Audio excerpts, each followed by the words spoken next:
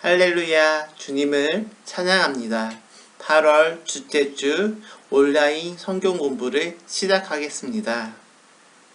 오늘 하나님께 같이 부르실 찬양은 찬송가 620장 여기에 모인 우리입니다. 오늘 우리에게 주시는 하나님의 말씀은 이사야 56장 7절입니다. 내가 곧 그들을 나의 성산으로 인도하여 기도하는 내 집에서 그들을 기쁘게 할 것이며 그들의 번제와 희생을 내 제단에서 기꺼이 받게 되리니 이는 내 집은 만민이 기도하는 집이라 일컬음이 될 것임이라. 아멘. 오늘은 예배의 역사 세 번째 시간입니다. 예배의 역사에서 해당 예배에 대해 말씀드리겠습니다. 기독교 예배는 하나님의 구원사, 특히 그 중에서도 가장 절정인 예수 그리스도의 죽음과 부활이 그 핵심입니다. 그러므로 기독교 예배의 중요한 내용은 주님의 부활하신 이후 약 1세기 동안에 그 토대가 이루어졌으며 이 토대 기독교 공동체 예배는 그 이후 모든 기독교 예배의 표준이 되어 왔습니다. 그러나 그리스도의 사역은 총체적인 하나님의 구원사의 연장선상에 있기 때문에 기독교 예배는 이스라엘의 오랜 역사와 예배로부터 물려받은 전통을 가지고 있습니다.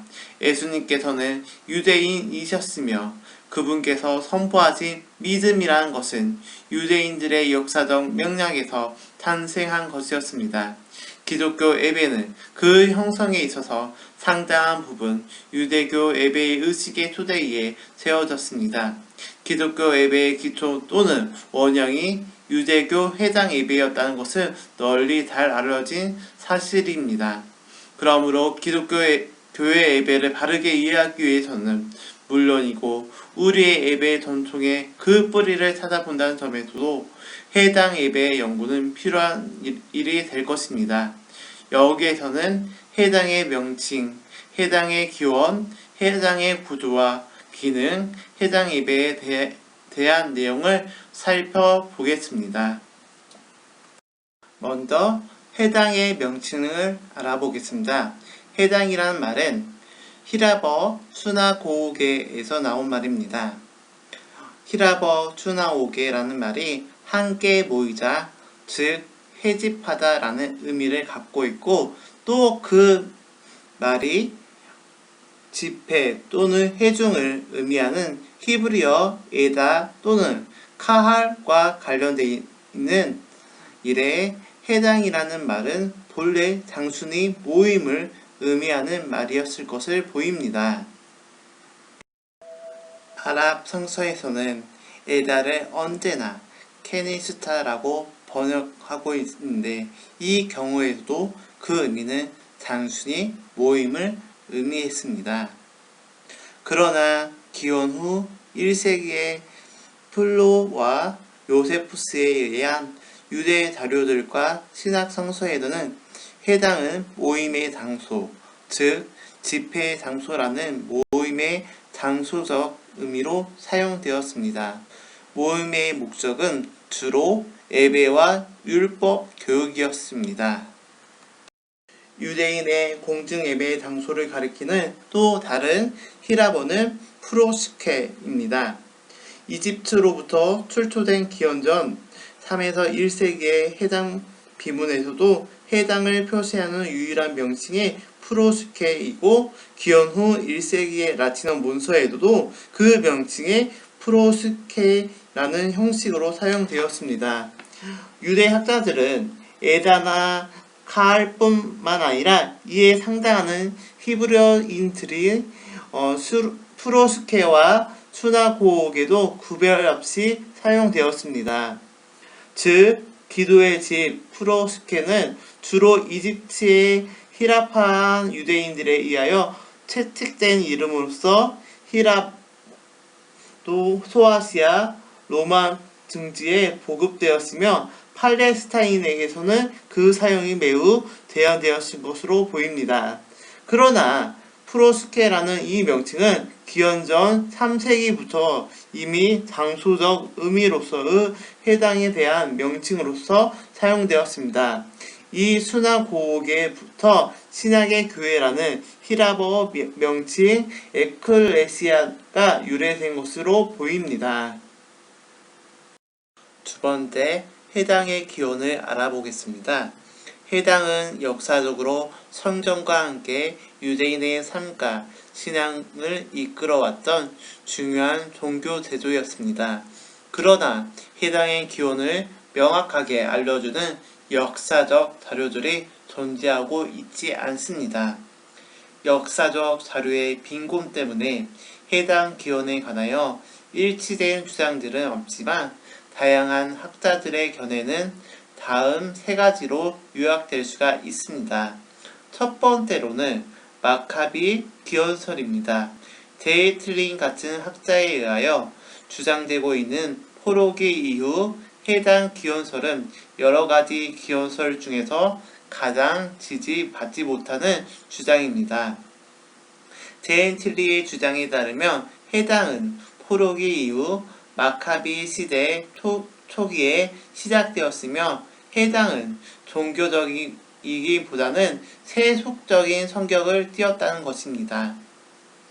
이러한 주장의 근거는 해당의 명칭인 헬라어 수나고오게 자체가 모임의 집이라는 의미를 지니고 있으며 헬라 세계에서 그 명칭은 세속적 성격을 띠고 있기 때문입니다.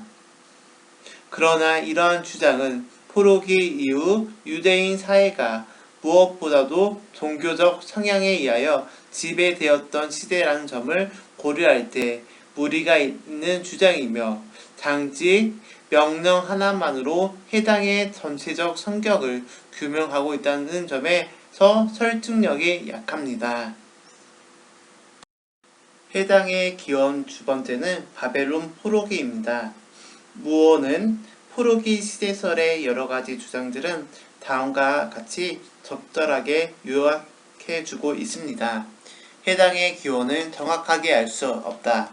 그러나 포로된 유대인들이 바벨론을 비롯한 그 외의 다른 포로지에서 안식일이나 중요한 명절 혹은 금식일 등과 같은 특정한 날에 자발적으로 회집하여 이방 세계 속에서 그들의 신앙을 상호간에 확인하고 회복의 날이 오기를 격려하는 모임을 통해 해당이 태동되었다고 보는 입장은 지극히 자연스러운 추정이다. 여기에서 주목할 점은 과연 무어가 주장하는 바대로 해당의 기원은 유대인 지도자들의 노력이 없이 순수하게 포로로 잡혀간 유대인들의 자발적인 모험에 의하여 이루어진 것인가 하는 점입니다. 해당을 중심으로 모였던 그들의 화합은 자발적이기보다는 오히려 유대인 지도자들의 적극적 활동이 힘입은 바가 컸습니다. 그 중에서 포로 기간 동안 에스겔이 끼치던 영향력과 포로기 이후의 에스라, 느헤미야가 보여주었던 지도력은 해당의 기원과 발전에 빼놓을 수 없는 요소들입니다. 첫 번째, 선지자 에스겔의 역할. 에스겔은 포로기 동안 바벨론에서 활동하였던 대사장 출신의 선지자였습니다. 그는 니부갓네살에 의하여 예루살렘이 파괴되기 기원전 597년 유대왕 여호야김과 함께 바벨론으로 포로의 신분으로 잡혀왔습니다. 에스겔서에 의하면 그의 선지자로서의 중요한 활동 중에 하나는 당시 바벨론에 거주하고 있었던 유대인 공동체의 장로들과 긴밀한 관계를 유지하였다는 점입니다. 에스겔이 바벨론에서 이스라엘의 장로들과의 가졌던 모임은 원시적 현세의 해당 제도라고 이해될 수 있습니다. 실질적으로 후대의 탈문즈에서 이러한 모임이 곧 해당 제도를 지칭하는 것으로 해석하기도 하였습니다. 두 번째, 에스라와 느헤미야의 역할은 에스라와 느헤미야는 바벨론 포로기에서 귀화한 유대인들의 종교적 생활을 개혁하는 일에 중요한 역할을 하였습니다. 특히 그들은 특별한 집회를 열어 대중들로 하여금 모세오경을 낭독하게 뿐 아니라 그 내용을 자세하게 강의함으로써 성서의 의미를 깊이 깨닫게 도와주었습니다. 대중 집회는 유대인의 신년절이나 나팔절과 같은 날에 있었습니다. 에스라는 오늘날에도 계속 지켜지고 있는 회당에서의 성서 읽기 제도를 도입한 인물로 알려져 있습니다.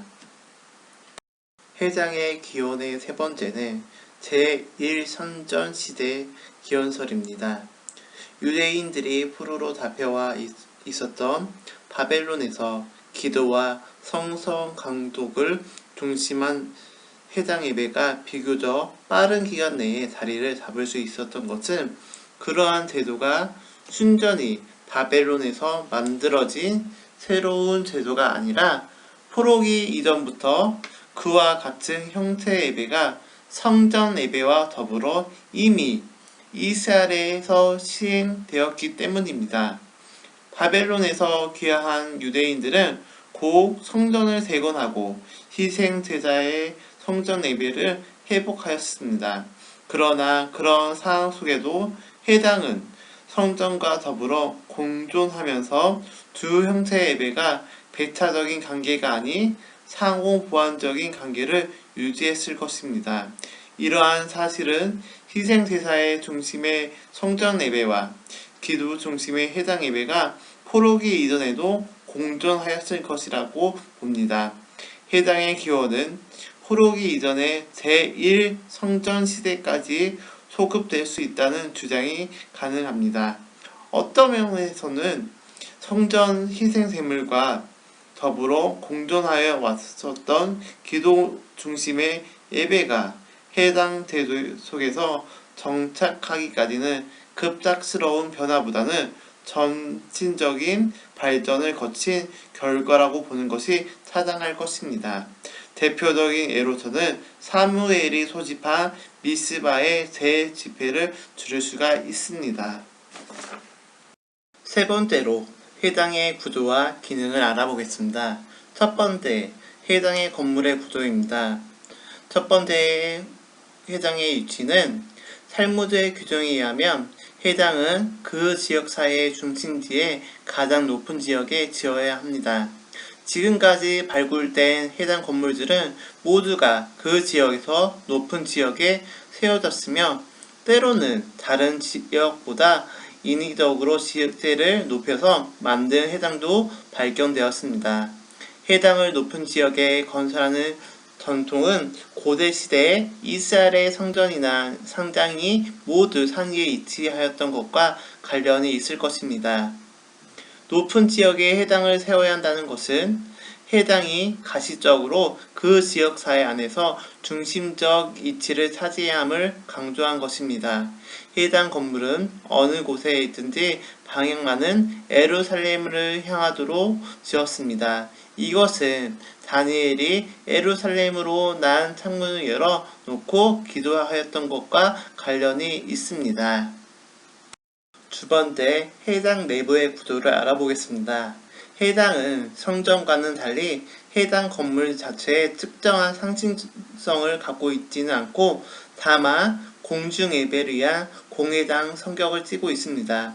그러므로 다음과 같은 몇 가지 필수적인 요소들을 제외한 다른 요소들은 시대와 해당 지역의 형편에 따라 자유롭게 추가될 수가 있습니다. 이러한 경향은 시대와 지역에 따라 해당 건물을 다양한 유형으로 지을 수 있었으며 해당을 중심으로 유대인의 예술성이 크게 발전하는 계기도 되었습니다.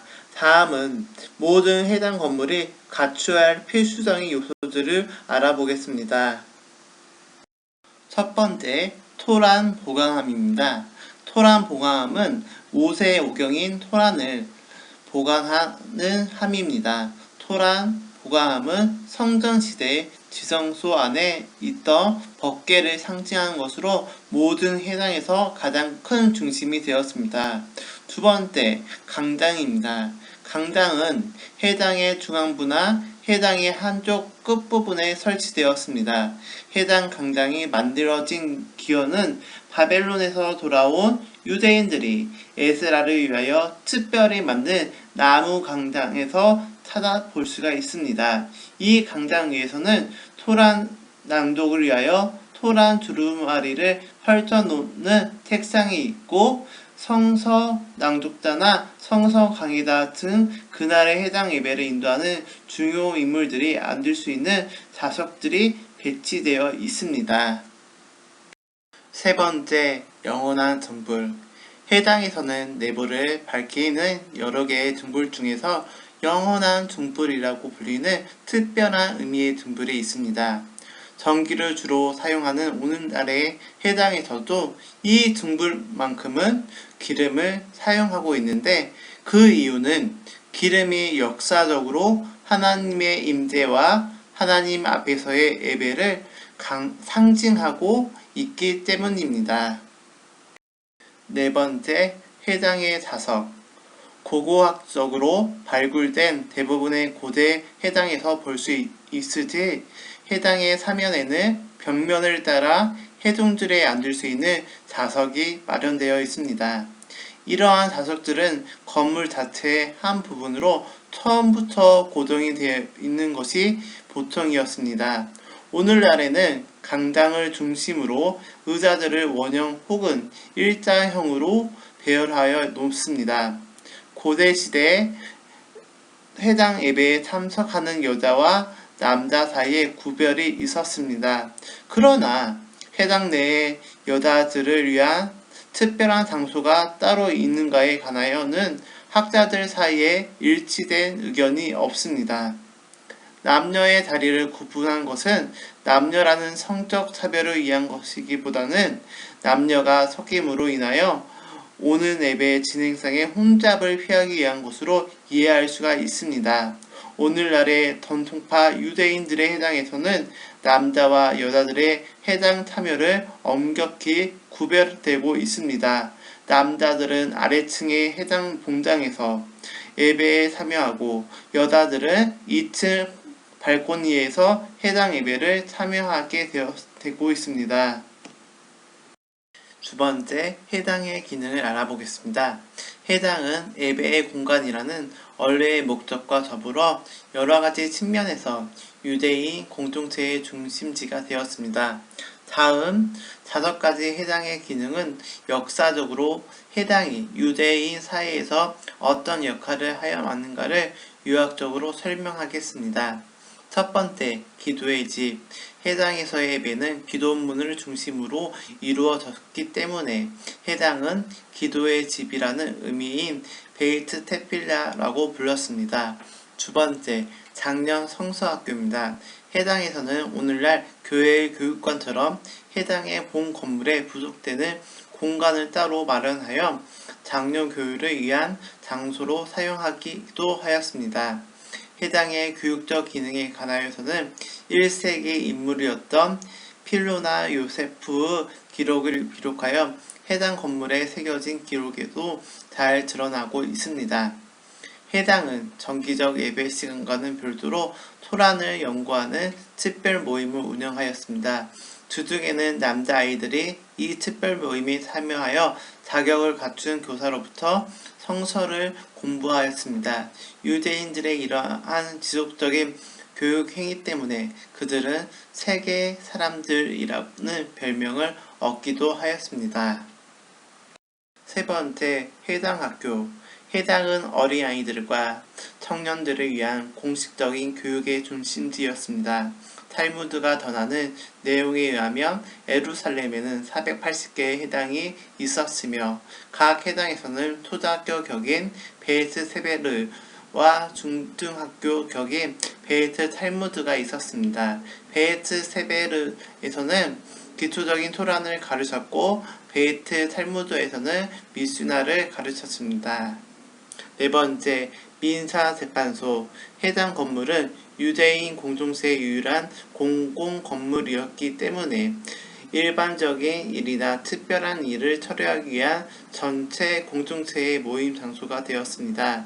당연히 해당에서는 유대인의 민사재판소와 같은 성격의 법정이 열렸습니다. 이때의 재판장은 해당의 원로인 해당장이 주관하게 됩니다. 다섯 번째, 유대인의 복지의 중심지. 해당은 유대인 공동체의 복지를 위한 대행자 역할을 하였습니다. 해당에서 이루어진 복지적 차원의 활동으로는 기금이나 헌금을 모아 가난한 자들과 필요한 자들에게 분배하는 일이나 여행자들을 위한 잠자리 제공 등과 같은 편의시설을 해당 내에서 운영하였습니다. 네 번째로 해당 예배의 중심 내용을 알아보겠습니다. 해당 예배의 구조가 공인된 것은 AD 제1세기 말 여부로 보이며 이때부터 해당 예배는 성전 예배의 대용으로 기능을 맡았던 것으로 보입니다. 해당 예배는 세마의 낭독, 18개의 기도, 성서 본문 낭독과 통역, 설교, 축도로 구성되어 있습니다. 첫 번째, 세마의 낭독. 세마의 낭독은 이스라엘인들의 일조의 신조에 해당한다고 하겠습니다. 세마라는 말은 신명기 6장 4절에서 9절의 첫 말이 세마라는 말로부터 시작되는데 유래된 것입니다. 그리고 세마라는 말로부터 시작되지 않았으나 세마에 포함된 구절은 신명기 11장 13절에서 21절과 민수기 15장 37절에서 41절입니다. 이 세 개의 구절을 낭독함으로 해당 예배는 시작됩니다. 그러나 이 세마의 낭독은 세 개의 찬양사적인 짧은 기도를 그 앞뒤에 연결시켜 진행됩니다. 두 번째, 18개의 기도. 18개의 기도를 낭독하는 순서가 따라옵니다. 이 기도들은 시편과 예언서를 기초로 하고 만들어진 것인데 각 기도의 주제는 첫 번째, 조상들에 관한 것, 두 번째, 권능에 관한 것, 세 번째, 주의 이름을 거룩함에 관한 것, 네 번째, 이해 또는 지식에 관한 것, 다섯 번째, 회개에 관한 것, 여섯 번째, 사제에 관한 것, 일곱 번째, 구원에 관한 것, 여덟 번째, 치유에 관한 것, 아홉 번째, 풍년을 비는 것, 열 번째, 흩어진 백성의 귀향을 비는 것, 11번째, 올바른 심판의 회복을 위한 것, 12번째, 배교자의 심판을 비는 것, 13번째, 이방 개종자에 대한 축복, 14번째, 예루살렘과 시온에 관한 것, 15번째, 기도 응답을 비는 것, 16번째, 예배에 관한 것, 17번째, 감사에 관한 것, 18번째, 평안의 축복입니다. 이 기도들은 모두 일어서서 드려졌는데 안식과 축제의 날에는 앞에 기도와 뒤에 새 기도를 낭송 형식으로 드려졌는데 새 기도와 새 기도 사이에 제4기도로부터 제15기도까지의 기도들 중에서 그날에 맞는 기도 하나를 선택하여 사입하도록 하였습니다. 이러한 기도들은 끝날 때 회중의 아멘으로 해답으로 끝이 납니다. 세 번째, 선서 본문과 낭독 통역. 기도가 끝나면 선서 본문의 낭독과 통역이 뒤따랐습니다. 낭독은 율법에서부터와 예언서로부터 최소한 3절씩 낭독하였고 통역자가 낭독자 곁에서 서서 매절 아랍어와 히라버로 통역을 하였습니다. 그러나 통역자가 자신의 번역을 읽을 수는 없었습니다. 70인역이나 탁구를 감독의 대본으로 삼았습니다. 네 번째, 설교. 성경 낭독이 끝나면 즉시 설교나 교훈이 뒤따랐습니다. 그러나 설교나 교훈을 반드시 성직 수임을 받은 사람이 해야 했던 것은 아니었습니다. 지나가는 반문객에게도 교훈을 줄 만한 능력이 있으면 설교의 직능을 부여하기도 하였습니다. 예수님께서 나사렛 땅에서 성경 낭독과 설교를 맡으셨던 경우나 사도 바울이 안디옥 회당에서 설교를 하였던 것은 그것을 입증해주는 좋은 예가 될 수도 있을 것입니다. 주목할 만한 점은 성전 예배에서는 사제에게만 부여된 권한이 회당에서는 일반 회중에게도 말씀 선포의 기능이 부여되었다는 점입니다. 다섯 번째, 축도. 회당 예배의 끝에 나오는 축도는 민수기 6장 24절에서 26절을 선포하는 것입니다. 이 축도는 주로 제사장에게 이임되었으나 제사장이 출석치 않을 경우에는 평신도가 축도를 할 수가 있었습니다. 이 점도 매우 헌명적인 것이라고 할 수 있습니다. 회당 예배의 이러한 전통이 가장 잘 수렴되고 전수된 예배가 바로 기독교 예배라고 할 수 있을 것입니다. 말씀 봉독과 말씀 해석을 예배의 가장 중심으로 삼은 점에 있어서 회당 예배와 기독교 예배는 가장 분명한 공통의 자리를 갖고 있다고 볼 수 있습니다. 또한 기독교의 모든 예배의 순서, 즉 신앙고백, 공기도, 성서낭독, 설교, 찬송과 헌금에 이르기까지 해당의 양식은 초대교회 기도를 이루는 양식이 되어 지금까지 발전되었습니다. 주께서 가르쳐 주신 기도로 예배의 역사, 해당 예배 성경 공부를 마치겠습니다. 하늘에 계신 우리 아버지, 아버지의 이름을 거룩하게 하시며 아버지의 나라가 오게 하시며 아버지의 뜻이 하늘에서와 같이 땅에서도 이루어지게 하소서.